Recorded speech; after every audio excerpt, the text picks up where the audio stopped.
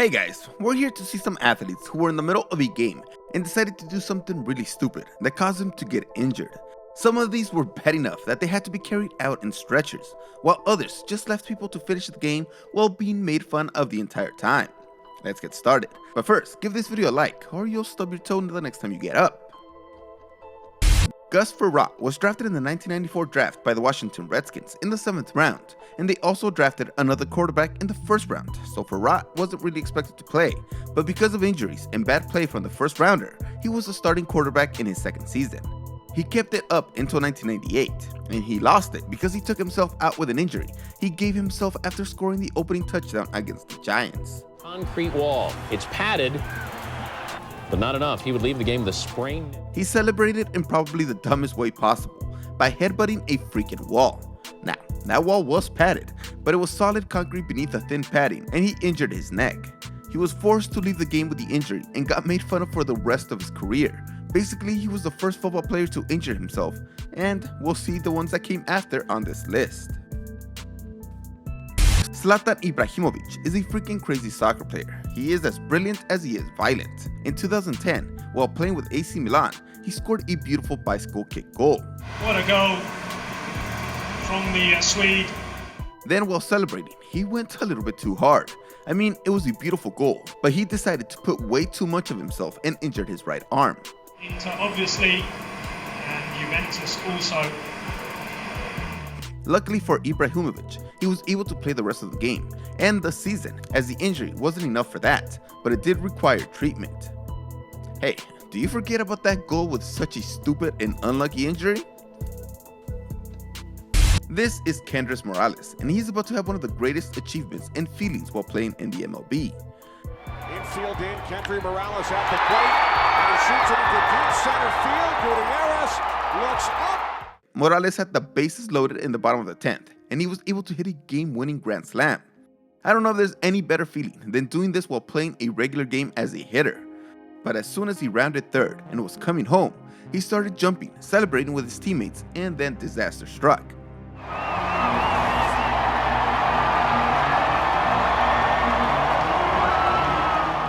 As soon as he jumped and landed, celebrating the walk-off win, he broke his lower left leg. I don't know if it was during the takeoff or the landing, maybe he landed on someone's foot, but this caused him to miss the rest of the 2010 season and the entire 2011 season. Here we have a 2-for-1, and I am combining them because they got injured the same exact way. First, we have Tulloch, who was playing for the Lions, and he got a sack against the great Aaron Rodgers, and decided to celebrate a little bit too hard. This is an ACL tear right there. He missed the rest of the season and was released by the Lions soon after. At least that was in the 1st quarter.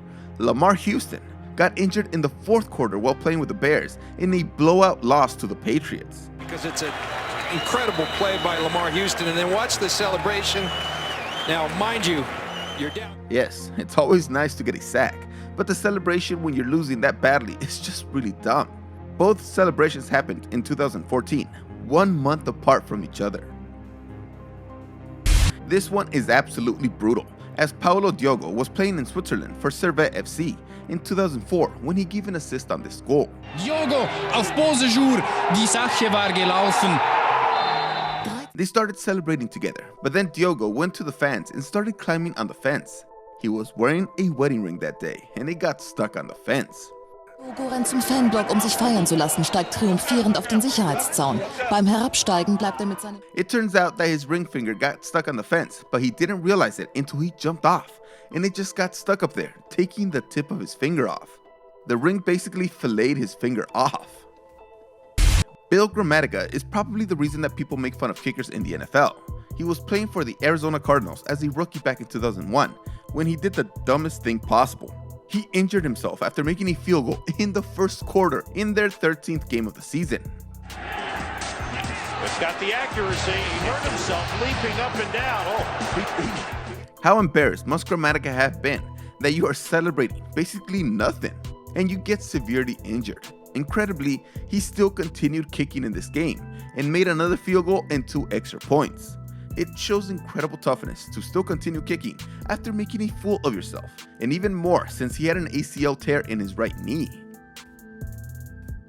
Now we have a tennis player named Yoshni who lost a point in one of his matches and was so angry that he started hitting himself with a racket. Dude, he was swinging at his head with everything he had, probably imagining that it was the umpire. He was able to continue the match, but not before requiring some medical attention, as he did some real damage to his head. Incredibly, this actually helped him, as he came back and won the match. Now let's take a look at some hockey, where Mitchell Skiba almost decapitated himself with his own stick after getting ejected from the game. Skiba was angry and he slammed his stick on the wall, but unfortunately the other side got stuck also, and he slammed himself right in the throat. Upon getting up, embarrassed and ashamed, he was stumbling around. It looked like he knocked himself out there, but the infamy he got from this is far, far worse than that. Maurides Roque Jr. was a Brazilian soccer player, and in 2013 he was playing for International in Brazil. He had barely been named to the first team, and while playing against América Mineiro, he scored a beautiful goal and wanted to celebrate. El toque para D'Alessandro, Andrés con el centro. Gol. He was celebrating a beautiful header and had an initial calm celebration, but then he started going a little crazy and started doing some acrobatic backflips.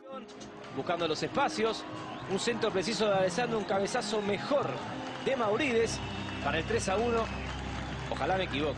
This guy seems to have landed with his legs too far apart, and his knee basically ruptured. He tore his ACL and was sidelined for 13 months. He immediately felt the pain and told his coach, who was right next to where he landed, and he just couldn't believe it. He was never able to really take off in his career after this injury. This is by far the most severe and insane one on this list, as basketball player Slobodan Jankovic actually paralyzed himself in a game back in 1992. He was playing for the Panionios against Panathinaikos, and the playoff game was very tense. In the fateful possession, he got the ball down low and went up and got the basket, but was called for an offensive foul. In anger, he did the unthinkable. Να δίνει τις λύσεις και τις απαντήσεις έξω από τα 6-25 για την ομάδα του. Ο Γιάνκοβιτς, επιθετικό φάουλ πέμπτο. The pad on the concrete goalpost was extremely thin, and besides doing damage to his head, he did irreparable damage to his spinal cord and was paralyzed for the rest of his life.